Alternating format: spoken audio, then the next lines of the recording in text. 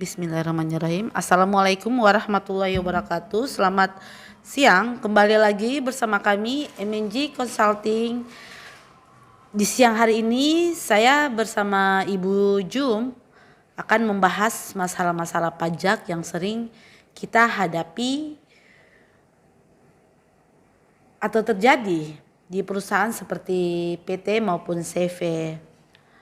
Jadi begini, awal kita mendirikan perusahaan, kan kita membuatkan akta notaris, tetapi sebagian pengusaha atau pelaku bisnis ternyata belum paham di mana modal yang disetorkan direktur atau komisaris itu harus sinkron dengan SPT orang pribadinya. Mungkin nanti Ibu Jum yang lebih menjelaskan. Baik Bu, ya kita ketahui bersama bahwa pada saat kita mau mendirikan suatu perusahaan ya, kita butuh yang namanya modal. Dan modal itu yang akan tertera di akte.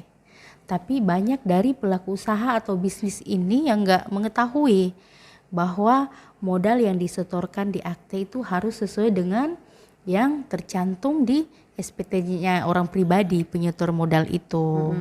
Di mana misalnya ya di modal tertera misalnya 1 miliar, sedangkan di SPT tahunannya itu kan cuma 500 juta. Ini kan hal yang dipertanyakan. 500-nya itu berasal dari mana? Jadi kan otomatis kan dianggap sebagai penghasilan neto yang masih harus dikenakan pajak gitu. Kayak kasus ini kemarin loh Bu, PPS gitu. Ya. Ada hartanya kan, penyertaan modal kan juga termasuk harta. Jadi gitu. Jadi jangan asal-asal bikin saja. Jadi harus tahu istilahnya. Harus sinkron antara SPT OP-nya penyetor modal dengan apa yang modal yang disetorkan gitu. Harus dicantumkan di dalam yang di poin harta ya atau kewajiban. Di SPT OP-nya. Jangan sampai kayak seperti kasus yang tadi ya. Hartanya atau kewajibannya cuma 500 juta sedangkan di penyertaan modalnya itu 1 miliar. Jadi kan itu kan jadi pertanyaan. Jadi kan harus bayar pajak lagi. Iya betul, karena kan 500-nya itu sisanya itu kan dianggap sebagai penghasilan neto yang harus dikenakan pajak. Jangan sampai dipanggil. Iya, jangan sampai dapat surat cinta lagi SP2DK ya. Itu ya. Jadi memang pengusaha itu harus benar-benar melihat dulu ya penyertaan modalnya sekian, hartanya sekian. Jadi intinya harus sinkron lah, harus benar-benar antara di akte dengan di SPT tahunan harus sama begitu Bu.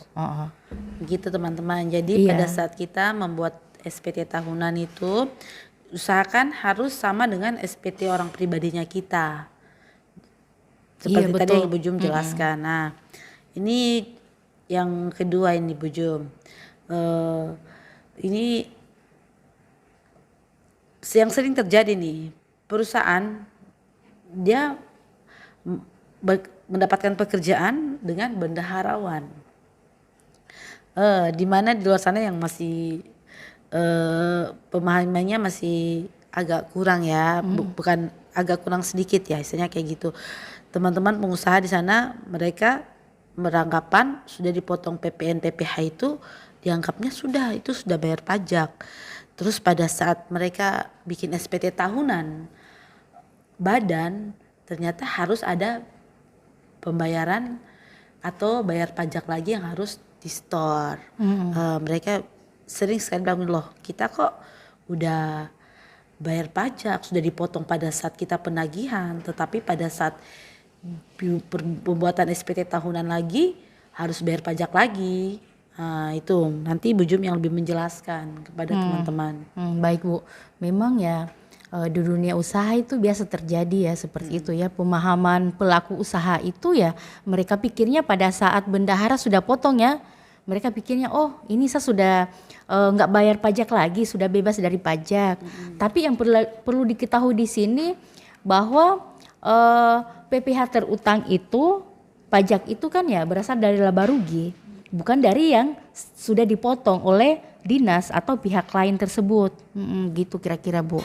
Jadi yang dipotong oleh dinas itu merupakan ya pajak pendahuluan. yang pada akhir tahun itu akan dijadikan kredit pajak. Dihitung kembali. Iya, di sini bisa saya simulasikan ya Bu. Bisa. Iya. Misalnya kan di penghasilan pasal 4 ayat 1 ini, penghasilannya anggaplah ini PT Maju Terus ya. Kita simulasikan begitu, PT Maju Terus ini dalam omset 1 tahunnya itu misalnya 4 miliar. Biaya dikeluarkan ya itu sesuai dengan pasal 6 ya Bu. Pasal 6 yaitu ya biaya-biaya untuk memperoleh, menagih dan memelihara itu misalnya di angka sekitaran 3 miliar 400 lah. Jadi kan penghasilan netonya kan sekitar 600 juta ya. Dari 600 juta ini kita kalikan dengan tarif sesuai tarif PPh pasal 17 atau 13E ya. Misalnya dapatnya dari 600 ini dapatnya misalnya 66 juta. Misalnya dari dinas tadi ya mereka potong dari omset 4 miliar ini mereka potong misalnya pengadaannya ya Bu 1,5%, dapatnya kan 60 juta. Jadi PPh terutang dari 600 juta ini dari labanya tadi ya kita kan dapatkan 66 juta. Terus kan yang dipotong oleh bendahara ini misalnya 60 juta, jadi PPh terutang, PPh pasal 29 yang masih harus dibayar itu dapatnya 6 juta. Jadi bukan 60 juta sudah final, enggak begitu. Jadi harus masih ada PPh terutang. Jadi kan pengusaha harus mengetahui bahwa PPh pajak yang dibayar itu bukan yang sudah dipotong oleh dinas pemerintahan, tapi itu lebih dari harus ada pengusaha harus tahu bahwa PPh terutang itu dari laba. Sedangkan kalau di dinas pemerintahan ini mereka sudah potong kan di situ kan kita belum tahu labanya mereka karena kan masih tahun berjalan gitu Bu. Jadi kan setelah akhir tahun baru diakumulasikan semua kredit pajaknya berapa, penghasilan netonya berapa. Penghasilan kena pajaknya itu dikurangi dengan kredit pajak kan dapatnya PPh terutang gitu Bu. Itu yang harus disetor gitu. Yang harus disetor jadi lagi. Kredit pajak ya. Jangan bilang sudah bayar pajak, dipungut pajak lagi, bayar pajak terus-terus double-double ternyata tidak. Iya betul itu sekali. Itu sebagai kredit pajak ya teman-teman. Nah ini masalah yang sering sekali kita dengar atau terjadi masalah meminjam bendera nih Bu atau perusahaan. Mungkin nanti Bu Jum lebih menjelaskan bagaimana dampaknya dengan kita meminjam perusahaan atau perusahaan kita dipinjam begitu. Kalau dalam hal ini sih banyak terjadi kasus juga ya. Dari aspek perpajakannya nih Bu Jum. Iya, pada saat si peminjam meminjamkan bendera kepada peminjam ini ya disitulah kita harus perhatikan baik-baik aspek perpajakannya. Biasanya kan si peminjam ini cek aja, yang penting kan mereka dapat pekerjaan, masalah pajaknya mereka malas tahu begitu. Misalnya nih mereka dapat pekerjaan, pada saat menagih tuh misalnya kan dari dinas nggak minta faktur juga, mereka kan biasa nggak terbitkan gitu aja kan, itu jadi persoalan sekali Bu. Terus persoalannya yang dirugikan ini yang pemilik perusahaan, bukan si peminjam. Jadi kan ya buat para pelaku usaha juga harus berhati-hati lah kita meminjamkan perusahaan kepada pihak lain. Jangan sembarangan, harus diawasi bagaimana perpajakannya, bagaimana administrasinya begitu. Nggak boleh sembarangan ya. Harus diperhatikan baik-baik. Jangan sampai dari kantor pajak dapat SP2DK bukan perusahaan yang melakukan kesalahan, yang peminjam ini. Jadi kalau saya sih sebaiknya ya kalau merugikan perusahaan ya nggak usah lah Bu dipinjamkan. Jadi jangan kesian, jangan kita sudah rintis usaha dari lama atau 10 tahun, 12 tahun cuma gara-gara kita dapatkan misalnya persenan dari yang pinjam perusahaan itu, kesian perusahaannya mendapat dampak dengan misalnya kayak tadi Bu Jum jelaskan dapat panggilan terus perusahaan kita cacat kan, kesian kan. Iya betul sekali Bu. Jadi kan ya kembali lagi yang bertanggung jawab atas perusahaannya, yang punya perusahaan, bukan si peminjam tersebut. Jadi ya tetap waspada ya. Kalaupun memang ada misalnya perusahaan menganggap kalau meminjamkan perusahaan ke orang itu ada untungnya ya, diperhatikanlah baik-baik. Intinya tuh diawasi lah. Jadi semua yang terjadi di perusahaan itu kan harus yang punya perusahaan harus tahu. Bukan yang peminjam. Peminjam begini kerjaannya begini, sedangkan yang punya perusahaan nggak tahu, itu kan fatal, Bu. Karena di dalam itu ada pajak-pajak yang terkait dengan kerjasamanya mereka, pekerjaannya mereka. Jadi kan takutnya suatu saat ya, kok ini dipinjam, saya nggak tahu dia punya omsetnya berapa, pengeluarannya berapa, itu kan sangat fatal, Bu. Dari pihak pajak tuh nggak mau tahu, mau pinjam, kalian pinjamkan ini misalnya benderanya kalian tetap, tapi datanya mereka itu perusahaannya kalian ya. Iya betul sekali, Bu. Ada kan beberapa pengusaha juga yang berkata seperti begini, saya kok bekerjanya, misalnya nih mereka dapat pekerjaan cuma 5 miliar, sedangkan yang dipinjam ada 5 miliar juga. Kebanyakan kan pengusaha di sini cuma mengaku, saya kok bekerjaan cuma 5 miliar, tapi kok orang pajaknya bilang 10 miliar, ternyata 5 miliarnya ini dipinjam. Itu yang jadi masalah. Jadi ya kembali lagi, ya dengan ini pengusaha ini, yang perusahaan dipinjam ini ya kembali lagi, yang punya perusahaan harus tahu apa yang terjadi di dalam perusahaannya itu. Jadi nggak sembarang orang, masa kita nggak tahu mereka kerjanya apa, pekerjaannya berapa omsetnya. Ya, itu jadi tanggung jawab penuh perusahaan yang punya perusahaan.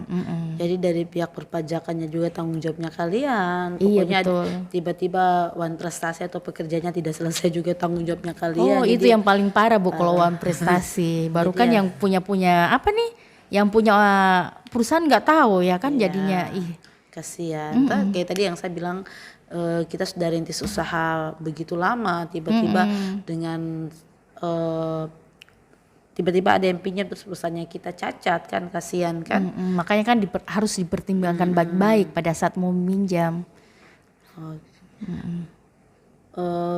Oke Bu Ju, mungkin ini sedikit saja kita bahas masalah perpajakan.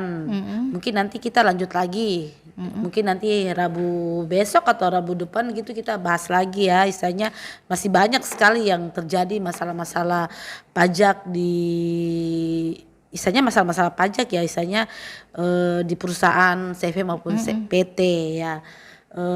Mungkin ada yang mau disampaikan lagi, Bu, sebelum kita akhiri podcast kita siang hari ini. Ada tambahan begitu dari Bu Jum untuk teman-teman di luar sana atau? Itu saja sih yang saya sarankan untuk pengusaha kena pajak ini ya. Maksudnya ya yang punya perusahaan ini ya, bahwa pada saat kita yang pertama tadi yang kita bahas ya masalah modal yang disetorkan di akte itu harus sesuai dengan sinkron dengan di SPT tahunannya yang penyetor modal tersebut.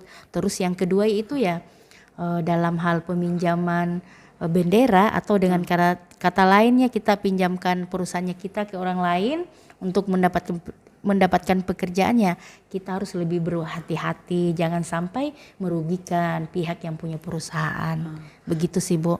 Oke, ya. Mungkin itu saja ya podcast kita siang hari ini. Nanti kita lanjut lagi mungkin Rabu depan. Oke. Demikian ya.